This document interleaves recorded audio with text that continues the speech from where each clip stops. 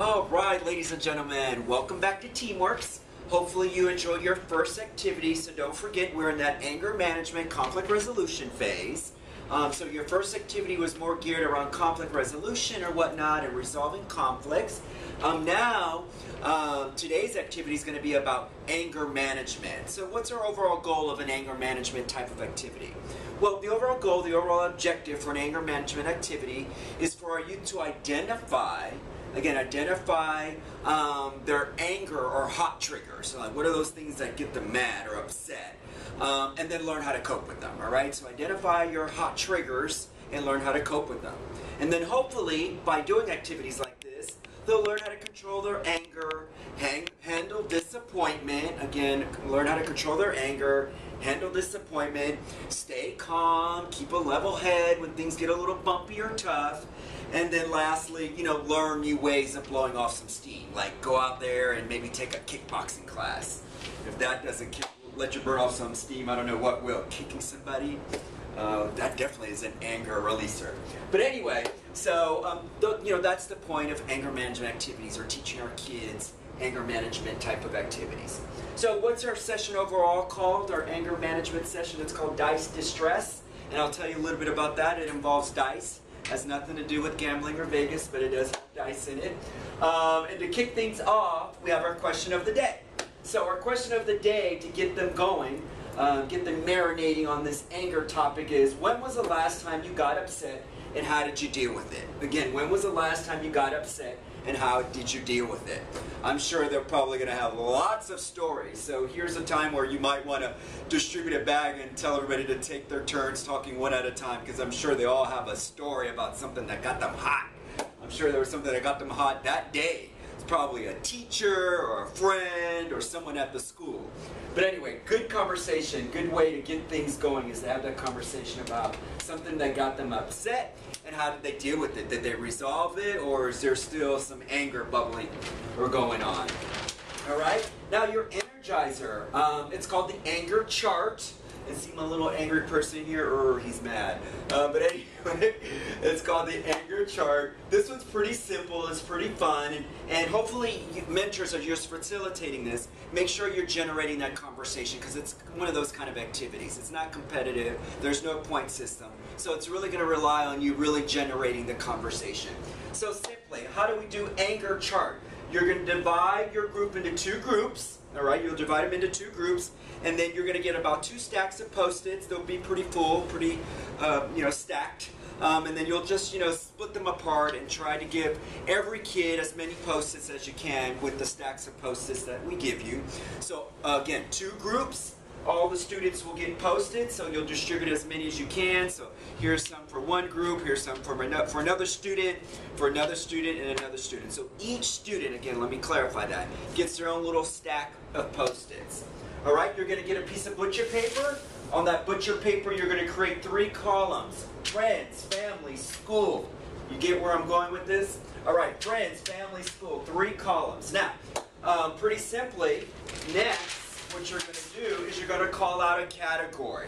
And let's say you call out family. So what you're going to instruct our students to do is to write as many things as possible that make them angry, upset, or stressed out. That's relative to that category. So again, let's say you yell out family. Now on their Post-it, they're going to write as many things as possible that either make them angry, upset, or stressed out as it relates to that category. So maybe with family, they're saying, oh, when my family's late to dinner, oh, when my family doesn't call me on my birthdays, etc., etc., etc. Once you've called out all your categories and everyone's written it down, you'll have your teams to come up and then put their Post-its under their corresponding category and blah blah. Let's say you did something like that, and then you want to have a great discussion kind of going back and forth. Look at all the similarities of the hot triggers. Why do these kind of things make you angry or upset or stressed out? And just get that conversation going between the groups. All right, so make sure, mentors, you're facilitating a great discussion when we do the reveal and when all the kids see the similarities of the things that get them mad, and then ask them, why do those things get them mad? So why do they let those things get them mad? All right? So again, great healthy discussion. Pretty simple. Now, your main activity, dice distress. Dice distress. And pretty simply, in this activity, our goal is to expose our youth to different anger outlets in a fun kind of way. So really what we've done with this activity is really taken bits and pieces of different kind of fun games, and then we've lumped them all into one. So you can keep your team in the same two groups or mix them all up. If it were me, I would mix them all up. I love mixing them up. Get them out of their comfort zone. Probably something that makes them angry or stressed out. But anyway, split them up, put them in different groups. Simply, you'll give them a die. So once they're in their groups, they'll roll a die to see who goes first. Of course, the highest number goes first, and that's the team who goes first. And then, something to keep in mind. Now, you're going to have a bag with different little action words, anger outlets that are thrown in this bag. And when they roll the dice, let me clarify, this could be a little confusing. As you know, the dice has different numbers on it, right? From 1 to 6. If they were to roll a 1, then it means to do this action. If they roll a 2, a 3, a 4, a 5, or a 6. So let's use me for example. I rolled a 6. So if I rolled a 6, according to my little chart here, I get to roll again. Let's see. Let me roll again. I rolled a 1. Now, in a roll of 1, I have to act something out. So I have to go to the bag, go in the bag, and I got a word, right? And now I have to act out this word. It's like charades without talking. And then the team who guesses will earn the point, all right? Pretty simply. So I take that back. If your team guesses it correctly, if you're rolling for your team, if your team guesses it correctly, you earn a point, all right? So you kind of go back and forth.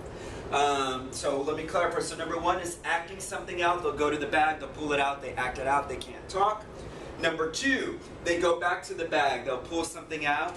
Let's say I pull something different. This time, it's a drawing one, and like I pulled out lifting weights. So I would have to draw, maybe use the whiteboard or a piece of paper and draw. My team would have to guess with no talking. If my team were to guess that my drawing looks like lifting weights, we earn a point.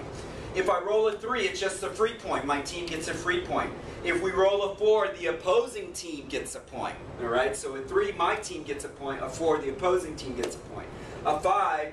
Describe something without saying any words. So let's say I go back to the bag and I pull out, it's play with my pet. And I want to describe this and say, all right, you guys, I'm walking down the street, I've got a leash, I throw a ball, I feed it every day, and hopefully, excuse me, they'll guess that it's playing with the pet, all right?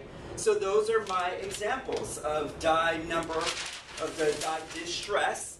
And just want to leave a little quote for you to give your kids at the end of the day. If it's the small things that really get your anger and upset, if it's the small things that really get your anger and upset, what does that say about you? So some food for thought to get them to think about something as they walk away. And hopefully you'll have fun. Enjoy it again. We found some fun, creative ways of exploring anger management techniques. And that's about it. Enjoy yourself. It's Will signing out.